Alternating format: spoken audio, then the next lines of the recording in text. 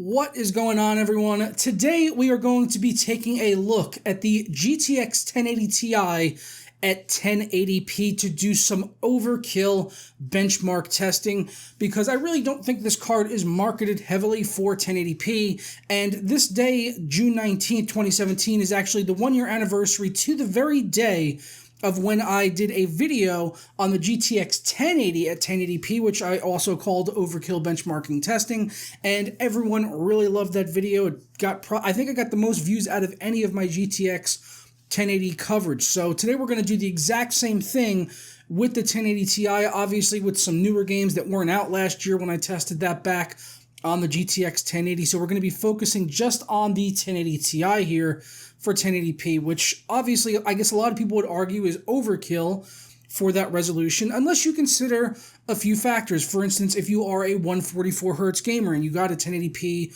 144 hertz, maybe a G-Sync screen, and you want to be pushing those 144 frames per second at max settings, because that was one piece of feedback that I actually took off of last year's videos, that I did ultra settings, but I didn't push every little tiny slider as far to the right as I could go. But in this testing, I took that advice at heart and I put it into our testing. So every single graphics option that could be turned up was turned up, with the exceptions of things like motion blur and depth of field, because I think subjectively they make the games look worse, and they really don't look very good in YouTube videos either. And I don't think most people are running these options when they consider max settings, but everything else was maxed out up to and including anti-aliasing. So if a game had an 8x MSAA slider, then guess what? That is exactly what I used. In GTA 5, I had all of that stuff pushed up as high as it could go. I even went into the advanced graphics setting page and pushed all of those sliders as high as they can go. So all the benchmarks I ran are completely maxed out at 1080p, and I think this is probably going to serve very interesting to people that are wanting to do that, wanting to push that 144 hertz, and they want the max settings and no questions asked when ultra means ultra, and you want to see what this card can do. Obviously, you could get some more performance if you were to shave down a couple of settings. I think 8x MSAA is way more than what would be needed. And if you were to cut that down in games where it's available to, say, 4x MSAA, I would expect you'd see a performance bump by about 50%, because it's just that taxing having the 8x MSAA on in the games where it is available. So for all of my testing, I did this in my main i7 6800K system, which I do keep overclocked at 4.3 gigahertz, along with 32 gigabytes of Corsair Vengeance RAM at 2933 megahertz. The 1080 Ti was also overclocked with an additional 200 megahertz on the core and 300 megahertz on the memory, which regularly saw our core clock sitting at around 2025 to 2050 megahertz, depending on what Nvidia's GPU boost happened to be doing in that particular game and based on temperatures and all of that. So, and I was using a custom fan curve also with an MSI Afterburner, so that helped to keep our temperatures down and help GPU boost be able to push as high as it can go. But let's go ahead and get into the actual averages and the 1% lows here when testing at 1080p completely maxed out.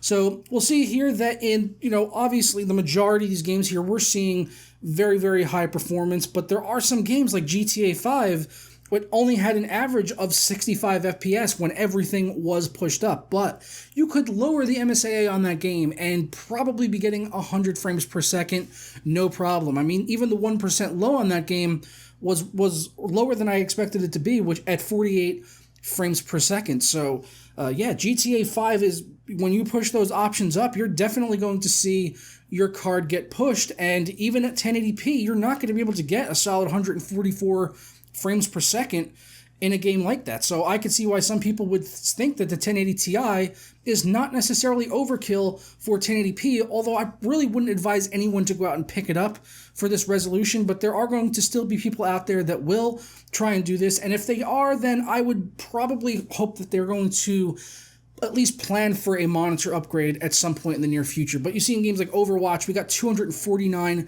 FPS average. Prey, which is a recent 2017 game, got 168 FPS average. Rainbow Six Siege, 126. Sniper Elite 4, 190. And games like Prey, Rainbow Six Siege, and Sniper Elite 4 are pretty taxing games, but even maxed out all the way.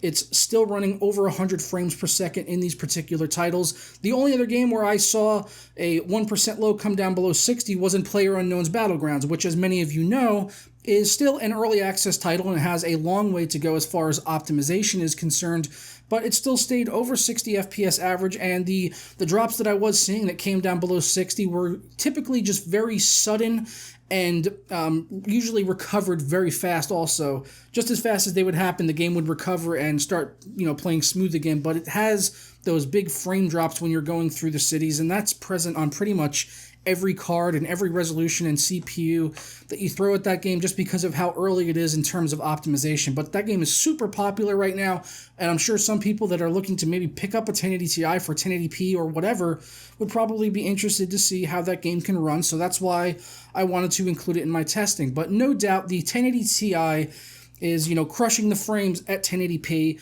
And, for the games that weren't, soaring up over 100 frames per second, you could certainly lower a couple of options and get over 100 frames per second. Because some of these games that I saw here, like GTA 5, for example, I play that game at 1440p at what I would call, ultra settings, honestly, which is not, usually keep MSAA at 2 times, because that's all I really need at 1440p.